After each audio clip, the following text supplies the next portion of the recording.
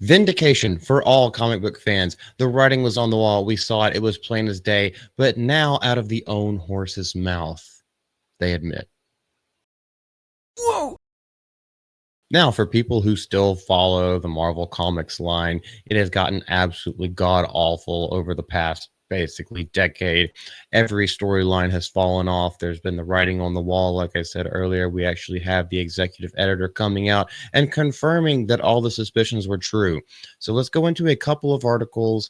We'll skim through the points that I want to actually make, but let's let you see it for yourselves. So, the executive editor, and this is Tom Brevoort, he has confirmed that the publisher's current purpose is to develop new ideas and new stories that can serve as creative fodder for eventual film and animation development. Now, this is what people have been thinking about for a long time. Why are they making such fantastical stories? Why are they not staying true to the characters? Why are they making them take different turns and like sideways lines down certain character elements that they would never do? Well, it's just because they don't want to keep making the old stuff. They'd rather put out new crap. In a sad, if not expected moment for the artistic integrity of the overall medium, Tom Brevoort has finally confirmed the fans' long held assumption and fear that the publisher's operations now exist primarily to serve as a content farm. I think we can see that right there because everyone is absolutely going crazy over this. Now, he has also served as the senior vice president of publishing, and he oversees the X-Men line. So this is the part about this article that I want to get into, is that he had a Q&A last week, and a reader prompted by the recent building of the Lego's X-Mansion set inquired with the editor as to whether there was any particular reason that the X office declined to take any aesthetic inspiration from the team's X-Men the animated series. You know, the one that everyone loves, why it is so beloved. And this is his response. X-Men 97 and that X-Mansion are based on the X-Men of a particular era where fans were very vocally afraid that things would be shifting back to when the progressive Krakoa era had run its course. But the purpose of Marvel Publishing is to be out in front, the tip of the spear, generating new ideas and new stories that could serve as creative fodder for eventual film and animation development. So it's out of his own mouth. Basically, what he's saying is that when you go to things like Lego, people are going to want. I mean, let's look at toy sales from some of your favorite IPs. What people aren't buying the new stuff. They're wanting issues, releases. People are paying thousands, hundreds of dollars to go get the original stuff before it was bastardized. But what they're doing now, nobody wants the new stuff. But this is exactly what they're doing, and they're bringing Lego in with it. He goes on to say, so trying to revert things to 92 or whenever would seem to be defeating the purpose in a major way. Better, I think, to try to develop new status quos.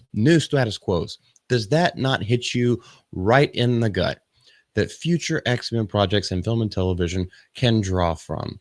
No thanks, because actually Scott Summers wasn't a bitch in 1992, that old X-Men, the animated series. Cyclops was my favorite. Scott Summers was a badass. Fight me. Basically. I can't even say that one with a straight face. But all right, as noted above, readers have long presumed that this house of ideas now exists solely to pump out source material, and he has basically just said that out of his own mouth. Now, there is another thing that we have to talk about, and this is something else where he added on, he tacked on yet something else. He'd rather a book cause outrage than be ignored. Lots of angry people tend to correlate with a lot of people following a project. Yeah, you're just gonna have to take a breather here for a second, because this is the thing that I actually want to talk about the most. This is what irritates me. We heard this from like punk bands and like old school hardcore bands way back in the day.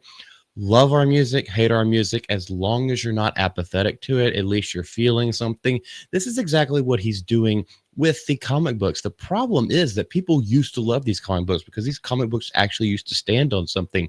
They stood on values, they stood on character, great storytelling, awesome visuals. They launched a lot of careers, and those people didn't disappoint.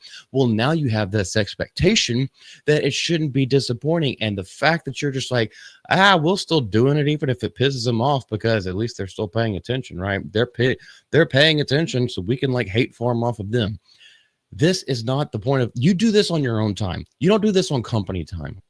I know I'm not reading anything right now. I'm just going off on a tirade, but this is out of the same guy's mouth. Okay, Tom Brevoort. Now, this is also later in the Q&A, so taking note of the passing reference to fan outrage made by Brevoort in his post, the fan would follow up with an initial inquiry with another, and this time asking, quote, does the online sentiment you see tend to correlate to the commercial success or failure of the books? And he goes up and says the situation is seldom as cut and dried as that, especially since for any project that you might announce, you can look around and find people holding almost any possible opinion on what is to come. Because, of course, that's the beauty of geekdom. What do you not get about this? This is it. They're completely devoid of any sense of what the community is actually like. They're only looking at dollars, cents, and spin. That's it. Is DSS going to be the DSS, DCS?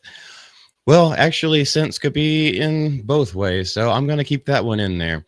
That's the only thing they're looking at nowadays because they can't write for shit. They don't care about telling good stories. They don't care about pleasing the public anymore, apparently coming out of this dude's mouth.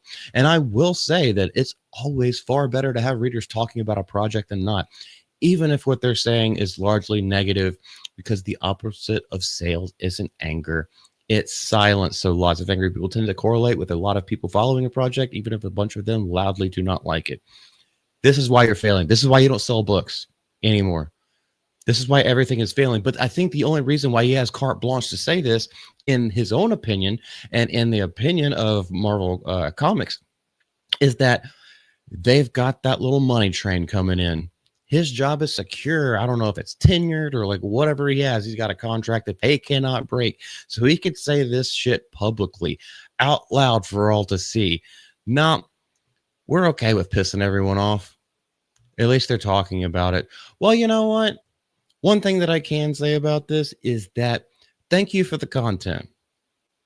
I'm not saying that this video is going to blow up. I'm not saying it's going to get much traction. But what I can say is that when people are pissed about this and people are pissed about your own viewpoints on things, especially when you are running a company that should be making gangbusters, you know what? We're here to roast it. We're here to call you out. We're here to talk to other people who feel the same way.